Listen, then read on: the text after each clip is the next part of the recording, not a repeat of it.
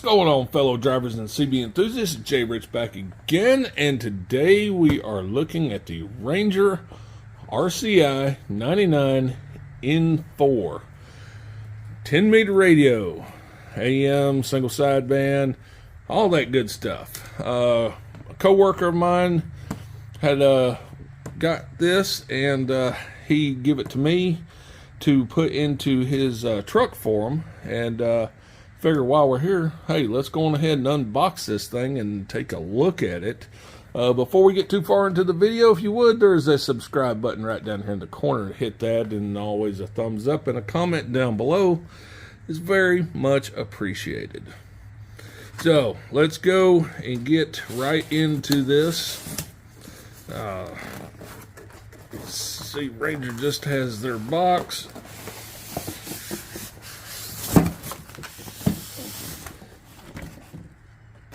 And so you get this caution. Radio is intended for use by amateur radio operators and FCC license, blah, blah, blah. You have instruction manual, user manual, actually. It's going to tell you all the cool features and whatnot.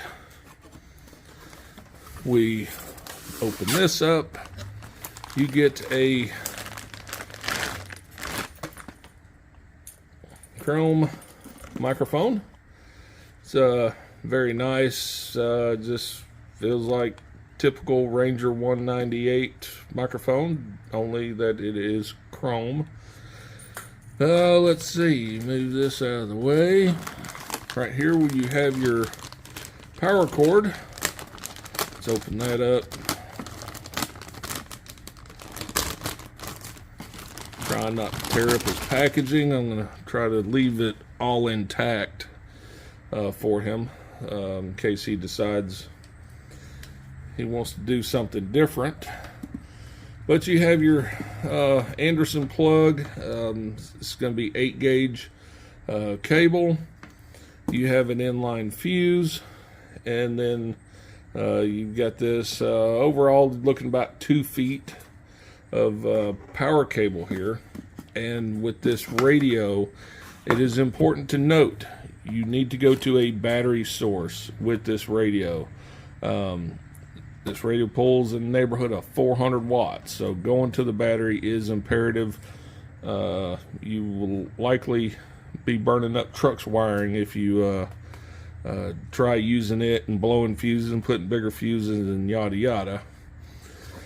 So what you can do is you can cut, strip back, crimp, solder, more length here.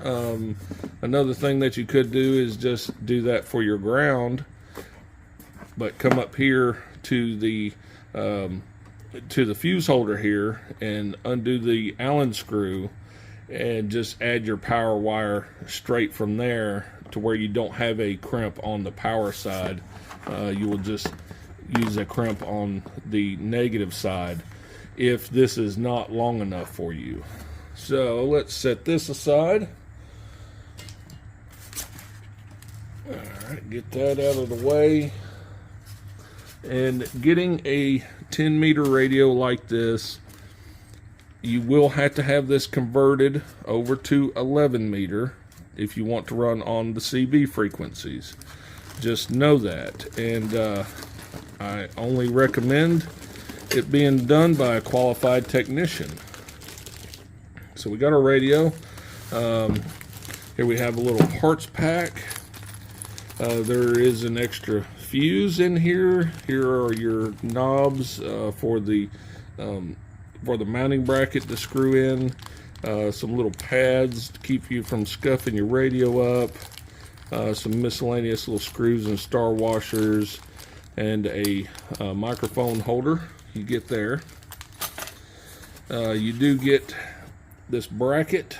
This bracket will allow you to hang the radio from the upper compartment or cubby or whatever you want to call it.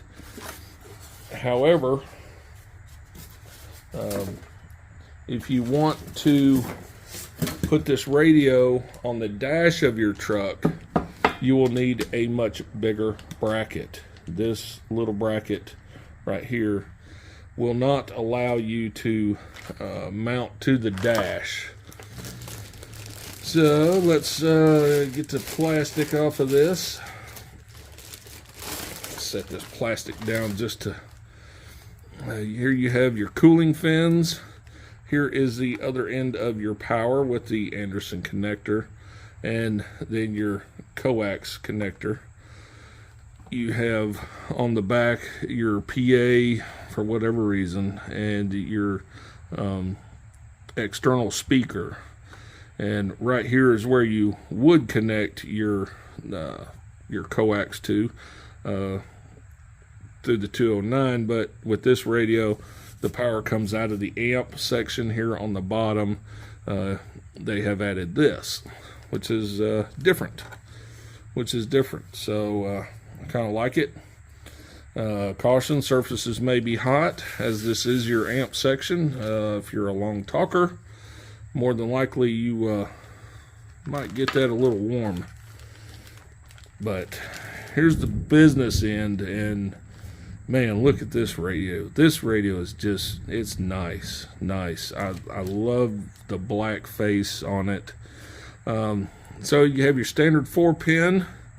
You have your, here, this is on off on the inside knob, your volume. Outside knob is your squelch. Inside knob here will be your mic gain. Outside knob will be your RF gain. Inside knob will be your echo, and outside will be the echo time. Your dimmer, I'm sorry, I'm reading that wrong. Your talkback is on the inside knob. It's a variable talkback, and then your dimmer for the panel itself. Your fine-tuned clarifier will be on the outside. That is for your sideband, and outside is your variable power. You have your channel selector. Over here you have your modulation and your SWR, so you can move that over to your SWR. Over here you have your high and low band. Here is your noise blanker, and your radio, and your PA is over there. Over here, lower sideband, or that's upper sideband, AM, and then over is lower sideband. Right here's a touchpad, this little circle to change the colors of the faceplate. Here you have your frequency adjustments. On this radio, A will be your CB frequencies. Now you can switch between the high and the lows to get more channels aside from sideband. And then your fun switch here. This is going to be low, and this radio runs about 30 watts with the amp switched off, and it runs about 410 on this particular radio with the amp turned on. So there we have that. Let's take a quick comparison of a Cobra 29, sort of a side-by-side of this being a Cobra 29, this being the Ranger. Right here, the size comparison. You see it's just a little bit wider. And now let's take a look